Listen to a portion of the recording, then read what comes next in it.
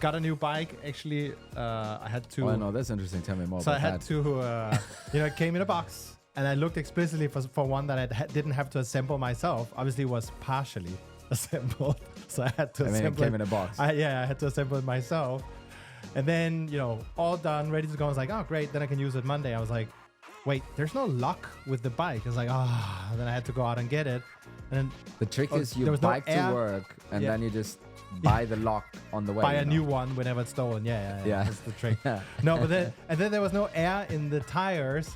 I take it down to a gas station to put air in the tire, and then it's flat. So I have to get it. It was just like one problem after the next that keeps happening. So that's my excuse for not biking this morning. I had to take the car. Also, I was tired. So Cecilia and I yesterday, we just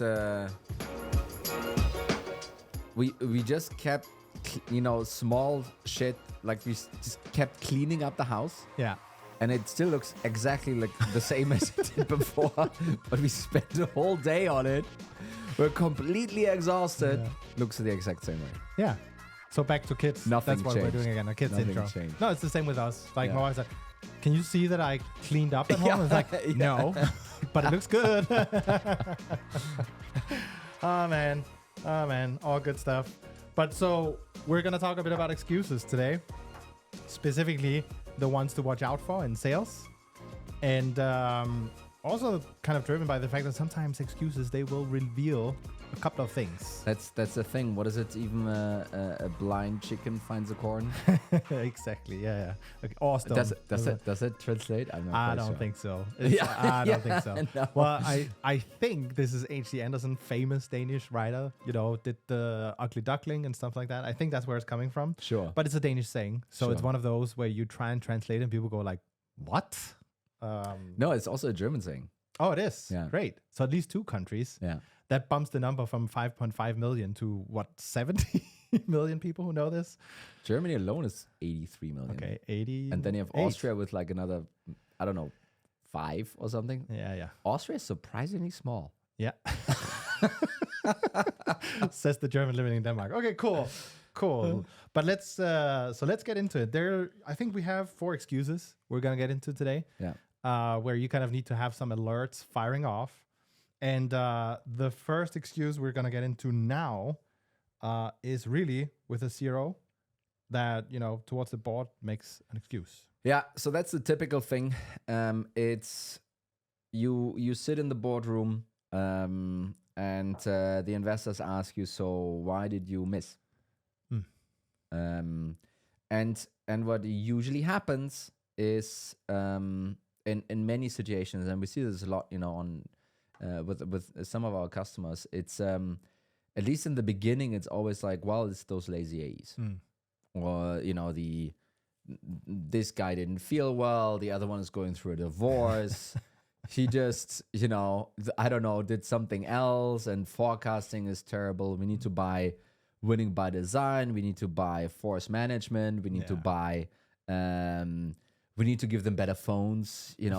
It's basically, that's what this realm of possibilities kind of centered around. It's really it's these account executives. Yeah. And when they hit target, they get the applause. They're the champions. They're the heroes. They came in. They saved the day. They were riding in on a unicorn, smashing the gong with a bottle of champagne. Yeah. Someone has to clean it up. Yeah. But, Not them. And when you don't hit target, well, then the opposite happens. It's like those lazy guys. Yeah. And they can't do anything right, and so forth, right? Yeah. And I think this is something that I think is a symptom.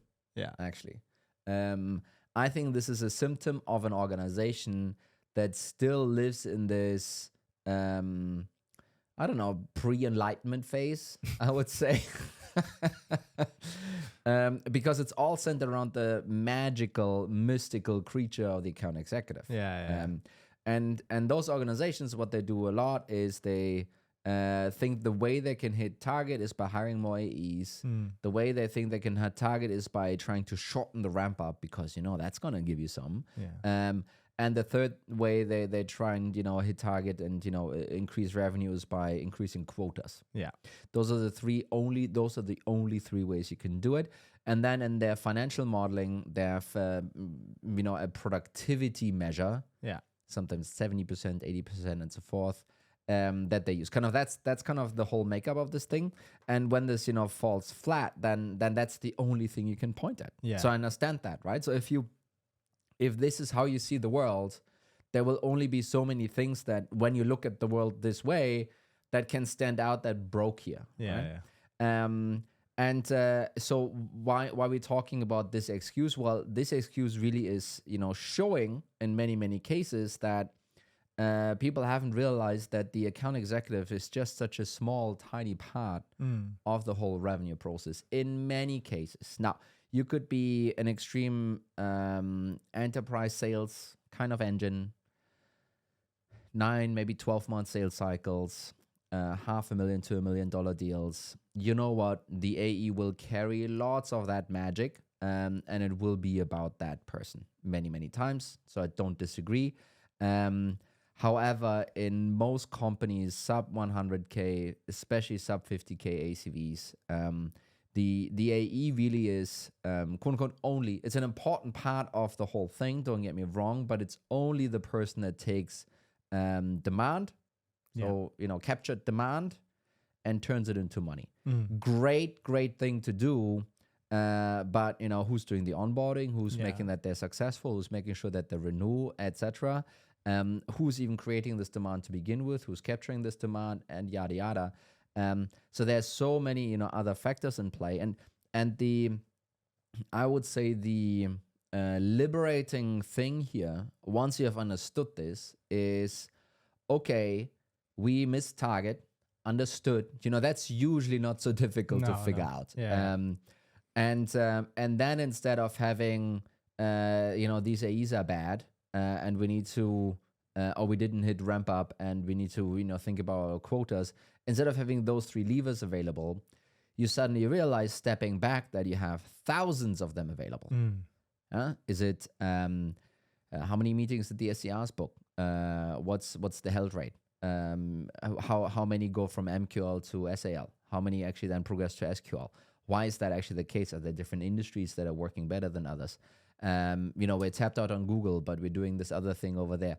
I mean, suddenly you have 1,000 little, screws you can start and play with that will probably help you hit target next time, but also will give you a much deeper understanding of why you didn't this time. Yeah. I think the funny thing is also, if you buy into the whole they are lazy, well, whose responsibility is it to fix that? It's then the CRO and the sales managers and all the VPs on that team.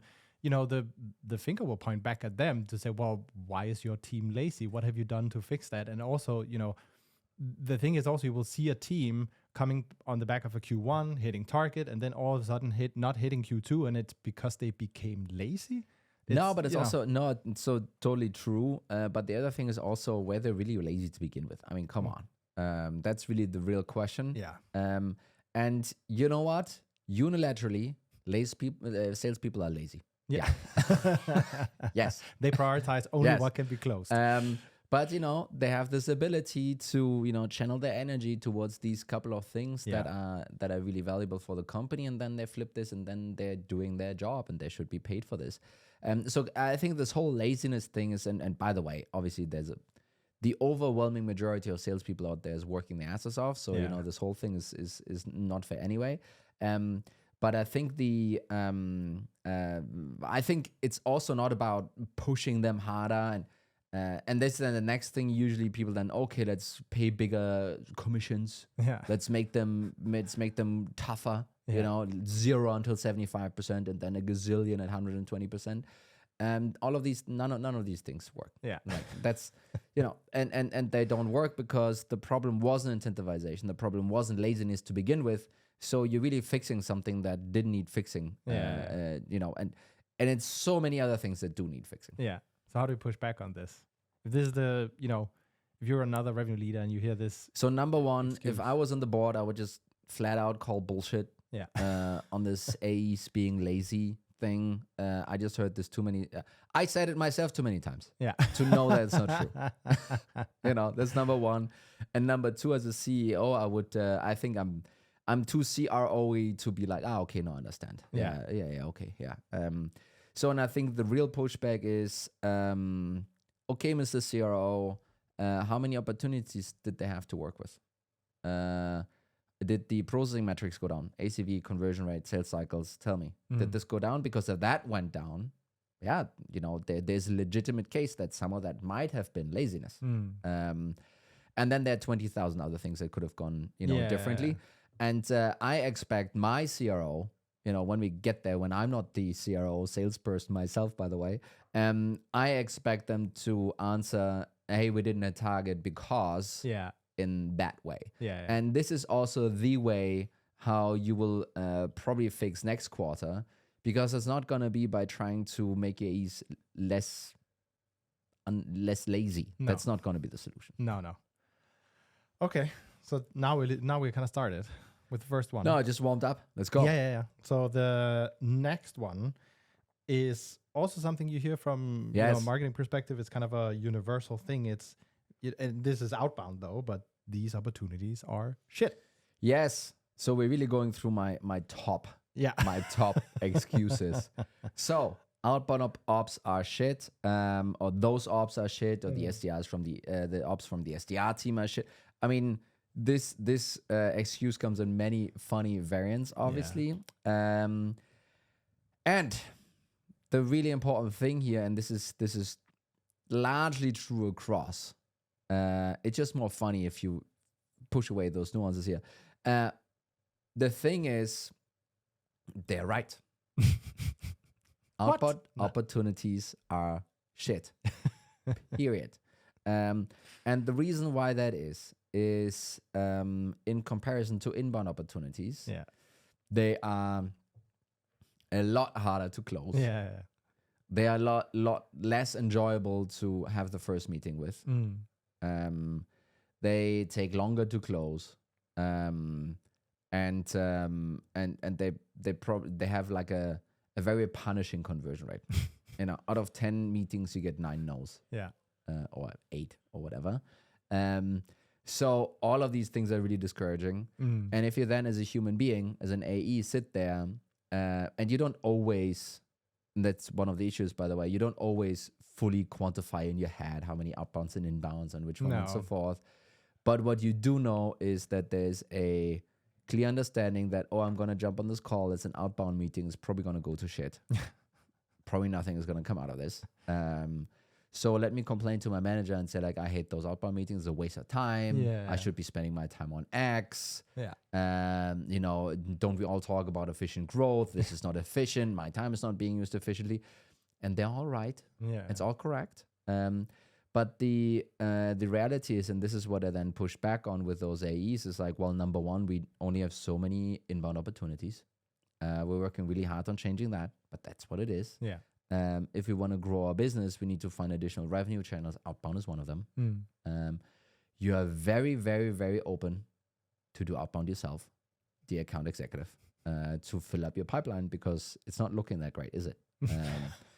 And then, so this is all, making them understand. But then the last one is, you do need to enable them differently to close those outbound opportunities.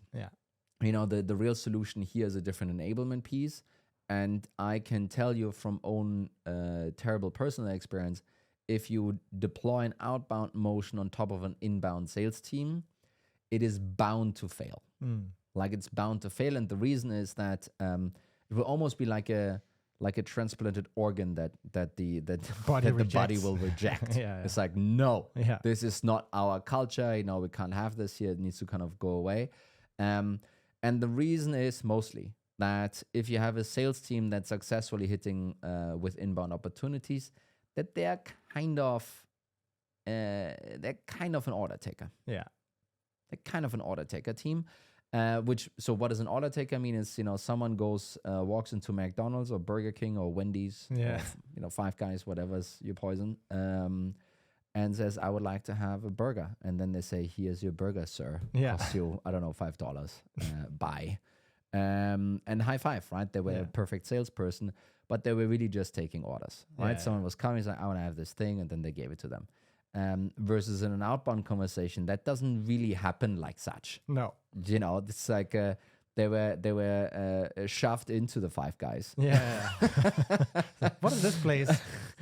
And then, hey sir, how may I help you? It's like, where's the exit? You know, and then figuring out how to take that conversation into actually getting them a burger. It's like, aren't you like, do you have this feeling in your stomach that there's something missing? You know, Solution selling. Yes. And that's, it's just a different conversation. You know, the audience, you need to pick them up from a completely different spot. I mean, in many cases, you need to even apologize that, you know, I'm very grateful that you're spending this half an hour, 45 minutes with me. I know that, you know, Mark, my SDR, kind of brought you to the table. And then you would probably go into like, well, let me kind of quickly tell you how our customers are successful with, you know, what we're providing, give them a little bit of a, you know, fitting case study, and then switch into, but enough of our customers would love, you know, how you're solving this problem today. Yeah. Right. And that is a different conversation from when someone comes inbound. It's like, hey, what brought you here? What's the problem? What are you trying to address? And tell me. Because they already have the context. They're coming inbound. They're the one asking, meaning you have the right to kind of ask a bunch of questions back and even ask them about money and whatnot. And an outbound conversation, you just don't have that. No. And what happens if you give this kind of situation to a bunch of inbound reps? It will just fail. It will just fail. Yeah. And big watch out here. Everyone, 80% of folks do is they listen to the AEs, they go back to the SDR team, and then they basically tell them to increase the quality, aka they let fewer opportunities in, which means fewer opportunities generated by the SDR team. The conversion rate will roughly maybe stay the same, go a little bit up, but overall production will go down. The whole math won't work out anymore. The SDRs don't produce enough. They get even more discouraged to even send anything to the AEs and so forth. You're killing this whole thing altogether. So the real answer is not to go to the SDR team to fix it. The real answer is you need to fix it on the AE team. And sure, the story sometimes is in between, and you will always have a couple of bad apples in the SDR pod. I mean, that's just how it works. You need to kind of manage through this as well. But really, it's in my experience, largely it's an AE problem. Yeah. So next one. Next one. Also kind of down the same ballpark, more of a Mickle thing, I guess. Yeah. But these inbound leads are shit. Kind of the same setup, right? And it is something we hear. It is something that happens, especially as you need to go on scale. So let's dive into that one. So, you know, interesting. Watch out again. You know, they're right. These inbound leads are shit. First of all, they're not many, enough of them. Yeah, we want more. Right, Mikkel? Yeah. Right, Mikkel? Give us more dokus. Now's the time where you insert the plug for Roblox, by the way. And no, but so this is number one. It's not enough. But number two, it's the quality is shit. They don't convert. I'm wasting my time. It's wrong ICP. It's a student. It's a teenager. Whatever. The reality is that it's true. But why it happens is it usually happens just like with outbound. It happens when you add another stream on top. Yeah. Right. Going back to this oil drilling conversation, you start with, in Texas with a pump. Yeah. Great, easy. And then you go somewhere else and so forth.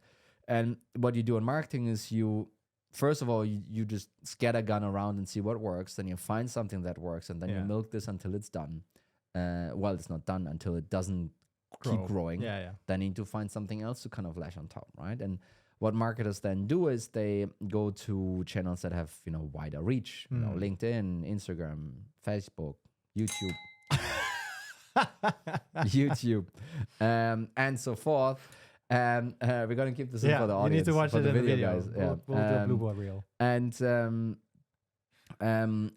what will come out of this in the beginning will probably be kind of terrible because it's usually folks then push a demo request button onto something that's a awareness channel, and that will generate kind of awful results. So we had one instance where we were kind of really pushing on Facebook, and we had literally teenagers clicking the demo request button, and then we called them, and then we had the angry moms on the phone.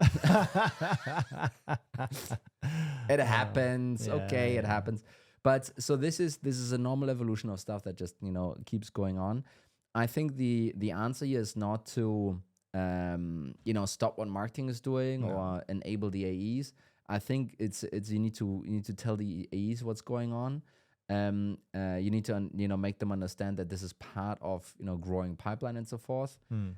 Is it the best way to do it? No, but this is not an AE conversation. That's a completely different conversation. Yeah. And it's also not an enablement thing. I think it's more of an awareness, understanding thing. And maybe you start labeling them into different buckets. Maybe there's an A lead and a B lead and a C lead, so they kind of know going into this. I would manage through it like this rather than to, okay, you know what, actually, you're right. Let's kind of not do any of those marketing things anymore. Yeah. I think it also, in some cases, depends on who says their shit. Because if you run a specialized SDR, so an MDR, that calls up those demo requests, leads, whatever, and then books a meeting for an account exec, if they're the one saying their shit, then I would pay very close attention to what is going on versus an AE.